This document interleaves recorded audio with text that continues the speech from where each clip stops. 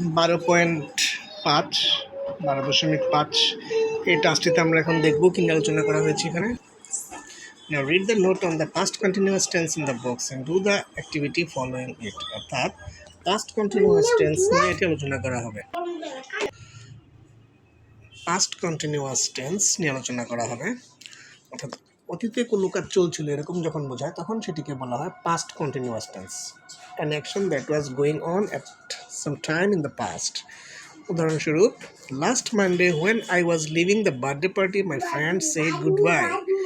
when I was leaving the birthday party, যখন আমি birthday party ত্যাগ করছিলাম আমার বন্ধুরা আমাকে গুড বাই বলেছিল। বা যেমন আরেকটা সেন্টেন্স হতে পারে, the boys were playing football in the field, ছেলেরা মাঠে বল খেলছিল, অর্থাৎ একটা কাজ চলছিল। পাস্ট হ্যাবিট কোনো অতীত অভ্যাস বোঝাতে, for example my father school was close to his home so he was always walking to school. আমার বন্ধু প্রায় স্কুলে হেঁটে যেত, যেহেতু তার the structure of the past continuous tense. past continuous tense স্ট্রাকচারের সাবজেক্ট এর সাথে ওয়াজ অথবা ওয়্যার বসবে, মূল ভার্বের সাথে আইএনজি বসবে। যেমন example, it was raining yesterday. It হচ্ছে সাবজেক্ট, ওয়াজ হচ্ছে অক্সিলারি ভার্ব এবং রেইন মেন ভার্বের সাথে আইএনজি যোগ করে রেইনিং করা হয়েছে ইয়েস্টারডে। কোন সাবজেক্টের সাথে ওয়াজ অথবা ওয়ার বসবে এ সংক্রান্ত ভিডিও সম্ভবত আমার পেজে আগে আপলোড করা আছে, তোমরা সেখান থেকে দেখে নিতে পারো। নেগেটিভ ফর্ম দেওয়া হয়েছে, the sun was not shining then, অর্থাৎ অক্সিলারি ভার্বের পর একটা নট যোগ করতে হবে। এই হচ্ছে মূলত past continuous tense. 12.6 Now look at the following time in the table. Write what you are doing today at this particular time and what you did yesterday at that time. অর্থাৎ যে নিচে বক্সে কিছু সময় দেওয়া আছে 7 AM, 8 AM, 8:30 AM, 9 AM, এই সময়গুলোতে তুমি আজকে কি করছো এবং গতকাল কি করেছিলে সে সম্পর্কে বাক্য লিখতে হবে। যেমন একটা করে দেওয়া হয়েছে activity, today yesterday, today at 10 AM I am taking a bath. Yesterday at 10 AM I was talking to my friend.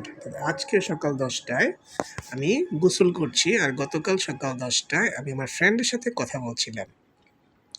তারপর আমরা যদি 7 AM এই টাইমটাকে সিলেক্ট করি শুরু থেকেই, আজকে সকাল 7টায় আমি কি করছি, today at 7 AM I am brushing my teeth, আমি আমার দাঁত ব্রাশ করছি। এবং গতকাল কি করেছিলাম, yesterday at 7 AM I was brushing my teeth, গতকাল সকাল 7টায় আমি আমার দাঁত ব্রাশ করছিলাম। তারপর যদি আমরা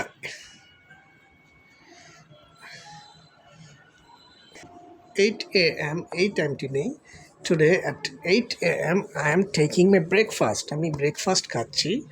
আর যদি গতকালের কথা বলি, yesterday at 8 AM I was walking on the road, আমি রাস্তায় হাঁটছিলাম, এরকম লিখলাম।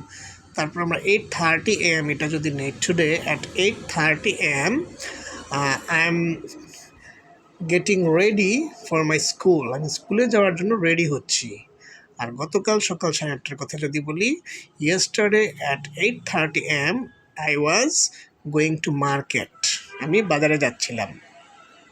আজকে সকাল 9টায়, today at 9 AM I am waiting for a rickshaw, আমি একটা রিক্সার জন্য অপেক্ষা করছি।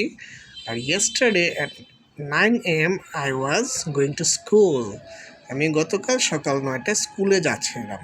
এইভাবে আমরা সেন্টেন্সগুলো কমপ্লিট করতে পারি।